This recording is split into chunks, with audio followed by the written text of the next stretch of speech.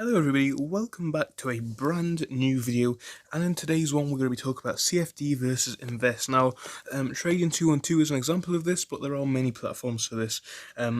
Obviously I use Trading 212, so I'm going to talk about that one mainly, but this can apply to any platform, so there we go. But we're going to jump straight in. So CFD, what is a CFD? So we're going to start on that side and move over to the Invest and compare right at the end. So please like and subscribe, like I've said. And if you can do that, it would be appreciated, and you'll never miss out on a video in the future. So CFDs are contracts for different trades. So basically that means that if, for example, I've explained it like this many times in the past, but I'm going to do it again. If an item costs £1, a stock or whatever costs £1, and it increases by £1, and you own one share of that, you will basically make £1. If it decreases by £1 and goes to 0, you will lose £1. So you can see how this one's going to work. Obviously 10 shares and it goes up by £1, you've made £10, and the same way downwards, minus £10 if it goes down £1 again. So owning a CFD is actually not owning a stock itself, it's just betting on the price. So obviously, like I've said, it's anticipating the price going up or down to make a profit in that way. So this means that you are trading using leverage. I'm going to talk about this more in a minute. But basically, you can buy more stocks for the same price, or rather more bets on a stock for the same price than what you would be able to just investing in the stock. And CFDs carry a high level of risk because of the leverage that you're using, and this is high in comparison to the invest side. So the positives of using a CFD or a CFD trading platform are more opportunities to trade different things, so you got more options to trade. So not necessarily all CFDs, but things like on Trading 212, for example, we have futures and forex and things like that on the CFD side, and there's also indices which are on CFDs, things like that. There's just so many things, whereas on the other side, it's generally just things like funds and stocks and stuff like that, not really too in-depth, where you can have indexes and commodities and all these kinds of things which are on the other side. So if you're interested in trading perhaps commodities or forex or something, they are on that side as well, generally, because they aren't necessarily stock investments, because they do carry the same level of volatility as CFDs do generally. So CFDs also generate a much higher return when you do get it right. Obviously, if you get it wrong and lose all of your money, then you're getting a 0% return. In fact, you're getting minus numbers return.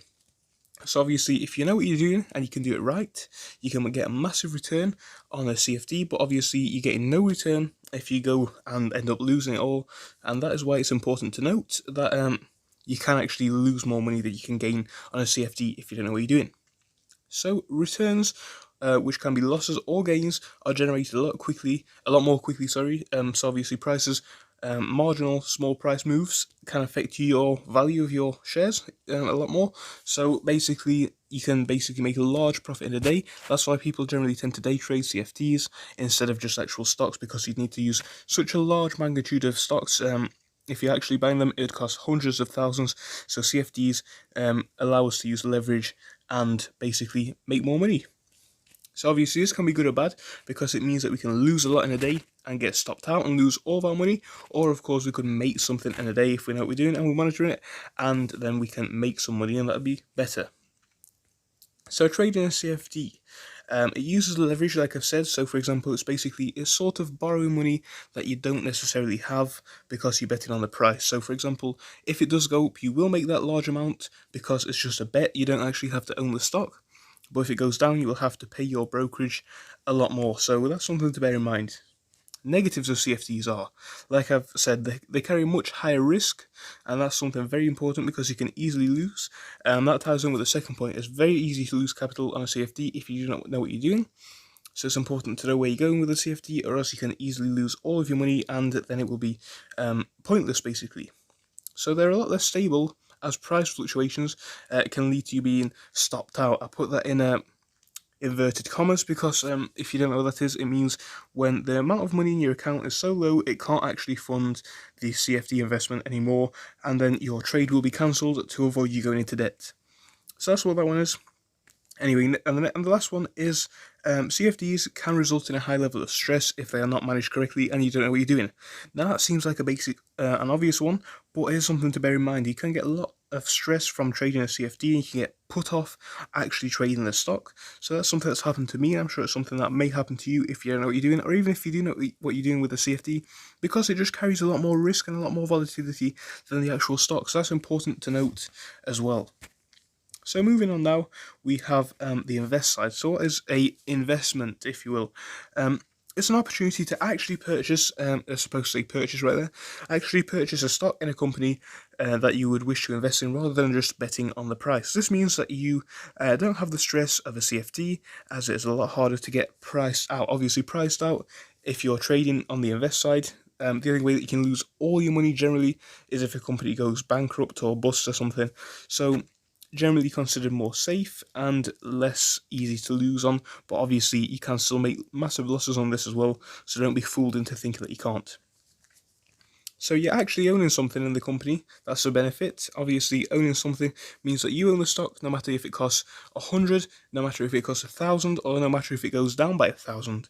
So on the CFD side, if it went down by 1,000, you would owe the brokerage £1,000, whereas if you actually just owned the asset, it would have gone down by £1,000, but you would not owe anybody a penny. So this is better for a long-term trading strategy, because CFD is often more for day traders because of basically what I've just said, where you can get stopped out and lose all your money anyway. So if you're going to trade long-term, perhaps it's not the one, but if you do know what you're doing, perhaps it could be used for a swing trade or something like that. So that's another topic for another video, so we're just going to carry on with this one. So it's hard to get stopped out, like I said. The only way you're going to lose all of your money is if all of the companies which you've invested in have gone bankrupt or bust or gone under, basically, in some way or another.